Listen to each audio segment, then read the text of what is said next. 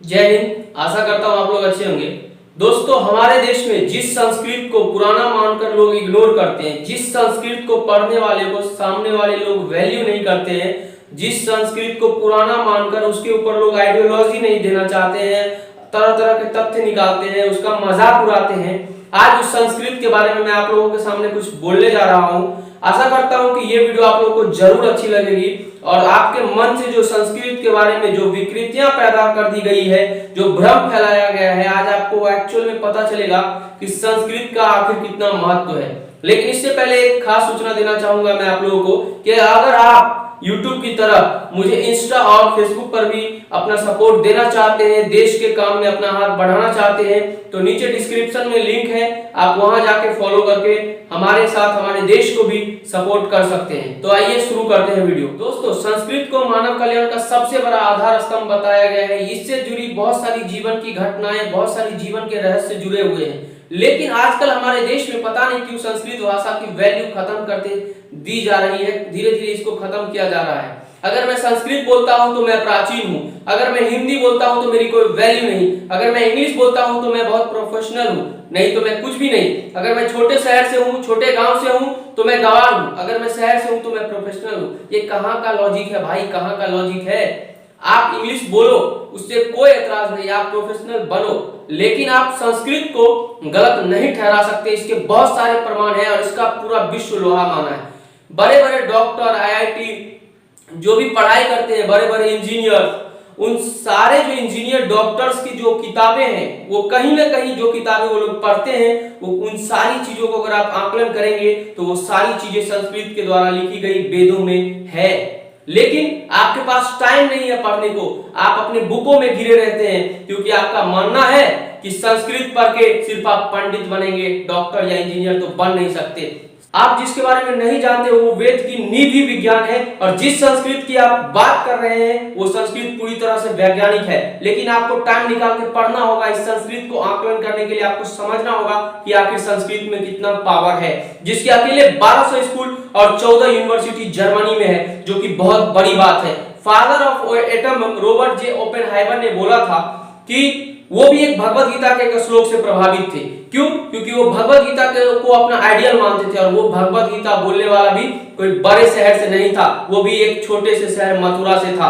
आपको मालूम होना चाहिए कि बड़े बड़े IITian, बड़े बड़े जो भी हैं इंजीनियरिंग हब मानते हैं जर्मनी वाले को, वो उसका जो नींव है वो कहीं ना कहीं वेद से जुड़ा हुआ है, कहीं ना कहीं संस्कृत से जुड़ा हुआ है।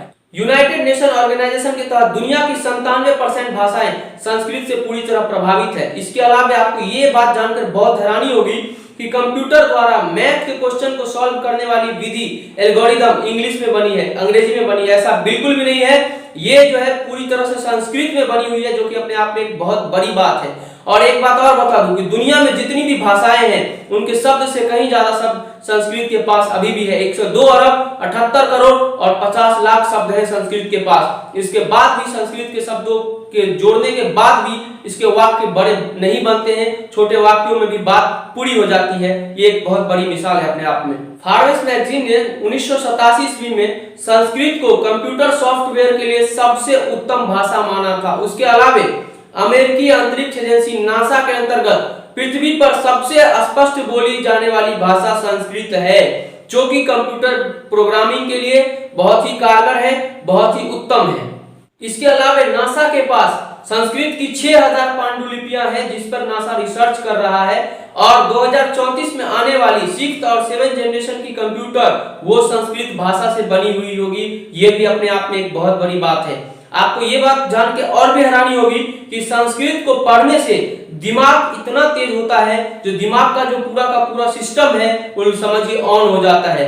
शायद यही रीजन है कि पहले के समय में जो गुरुकुल की परंपरा थी, जो गुरुकुल में जो पढ़ाने का संस्कृत का जो उद्देश्य था, इसीलिए शायद उस गुरुकुल, उस आश्रम से बड़े बड़े प्रचंड विद्वान निकले, जिन्होंने विश्व में अपना पताका फहराया।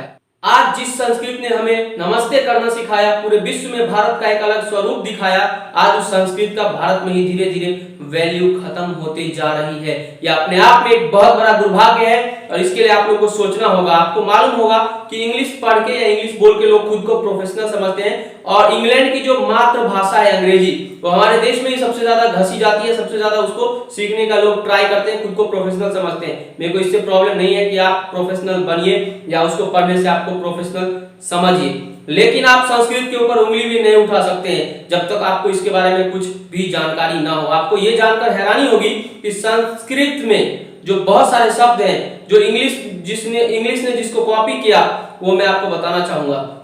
अंग्रेजी के बहुत सारे शब्द जो कि संस्कृत से लिए गए हैं, जैसे मातृ बना मदर, भातृ बना ब्रदर, ज्यामिति बनी ज्योमेट्री, त्रिकोणमिति बनी ट्रिगोनोमेट्री, और भी बहुत सारी चीजें हैं जो कि बनी है और कहीं ना कहीं वो संस्कृत से ली गई है। आपको ये जानकर हैरानी होगी, सबसे बड़ी बात ये बताना चाहूंगा कि आज दुनिया अंतरिक्ष में गई है, लेकिन हमारे जो संस्कृत के श्लोक हैं, जो संस्कृत के मंत्र हैं, उसकी साधना करके हमारे साधु महात्मा पूरे ब्रह्मांड का भ्रमण बैठे बैठे करते थे।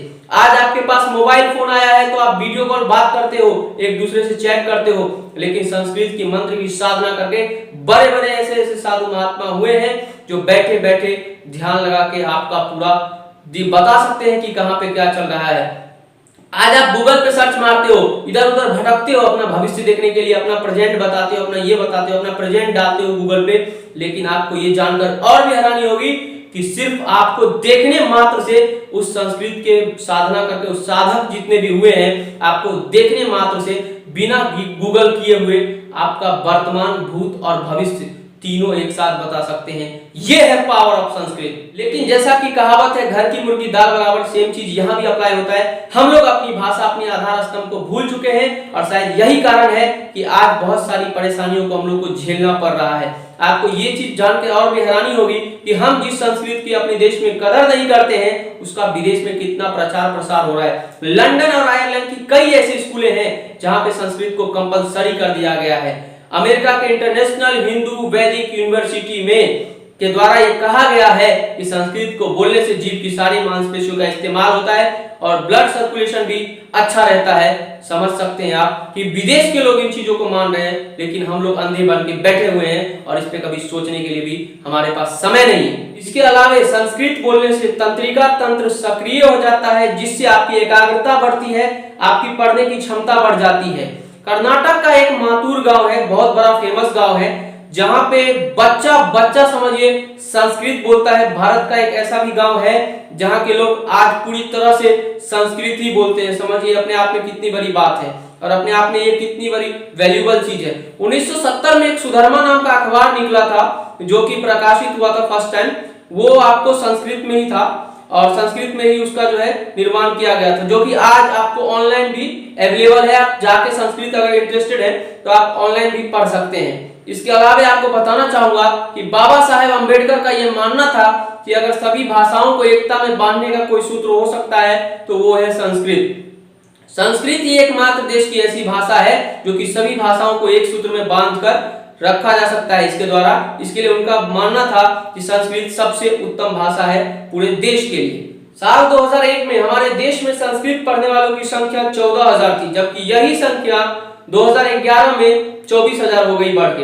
ये एक अच्छी बात है, लेकिन क्या आपको नहीं लग रहा है कि इतने बड़े भारत में, इतने बड़े हमारे देश में सिर्फ 24,000 लोग ही संस्कृत की वैल्यू समझते हैं और 24,000 लोग ही संस्कृत को पढ़कर अपना आदर्श मानते हैं? ये अपने आप में एक बहुत बड़ा क्वेश्चन है, बहुत बड़ा सवाल है। इसके ऊपर आप लोगों को जरूर सोचना चाहिए। पूरे विश्व में संस्कृत की आधारशिला 1893 ईस्वी में स्वामी विवेकानंद ने भी रखा था और पूरे विश्व को बताया था कि संस्कृत का आखिर वजूद क्या है, और पूरे विश्व के अनेक विद्वानों ने इसको स्वीकारा भी और उनका ये मानना भी था कि जो हमारी सहनशीलता है विश्व में, वो पूरे सुदूर पूर्व देश से जो है अर्थात भारतवर्ष की तरफ से ही जो है फैला है।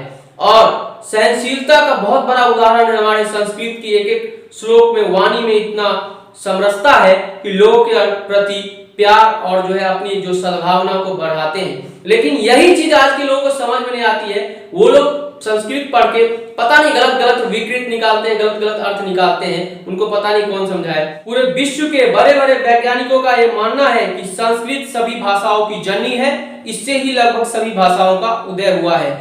संस्कृत में मुख्यतः 4 वेद लिखे गए हैं जो कि वैदिक संस्कृति में उपयोग किए जाते हैं: ऋग्वेद, यजुर्वेद, सामवेद और अथर्ववेद। इसके अलावा 18 पुराण है, 16 उपपुराण है, 108 उपनिषद है। इसके अलावा जो 2 महाग्रंथ हैं रामायण और महाभारत वो भी संस्कृत में ही वर्णित है। वैदिक संस्कृति की सबसे बड़ी आधार स्तंभ, सबसे बड़ी आधारशिला श्रीमद् भगवत गीता, जो कि आज पूरे विश्व में जहां की यूज हो रहा है, एक श्लोकों पे बड़ा बड़ा रिसर्च चल रहा है, वो भी अपने आप में बहुत बड़ा कारगर है। वो भी सबसे पहले उसका जो लिखा हुआ वर्णित है संस्कृत में ही उदय हुआ था। ये है पावर ऑफ संस्कृत। जो भी लोग साइंस से पढ़ना चाहते हैं या ऊंचे लेवल पे पढ़ाई कर रहे हैं, उनको मैं सजेशन करूंगा कि आप संस्कृत जरूर पढ़िए। इससे आपके बुद्धि का विकास होगा और कहीं ना कहीं आपको पढ़ाई करने में आगे सफलता भी मिल सकती है, और एक आपका जो लेवल है वो भी कहीं ना कहीं आपकी बुद्धि का बढ़ेगा। ये भारत की सबसे बड़ी सॉफ्ट पावर है जिसका कि भारत ने कभी यूज नहीं किया, जबकि इसके अलावा चीन, जापान, कोरिया, अमेरिका और भी बहुत सारे देशों में इसको जो है वैल्यू इसकी जो है समझी जाती है। थाईलैंड और इंडोनेशिया ऐसी कंट्री है जहां की कई सारे शब्द संस्कृत से ही लिए गए हैं।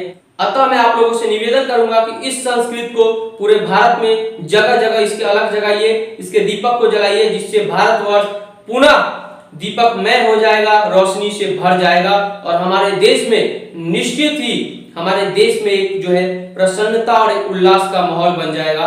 तो आशा करता हूं कि आप लोगों को ये वीडियो अच्छी लगी होगी। संस्कृत के बारे में जो लोगों के मन में भ्रम फैलाया गया है, और भी बहुत सारी चीजें हैं जो संस्कृत के बारे में मैं इसी तरह आप लोगों के बीच लेके आऊंगा जो कि आपके काम की हो, आपकी कारगर हो।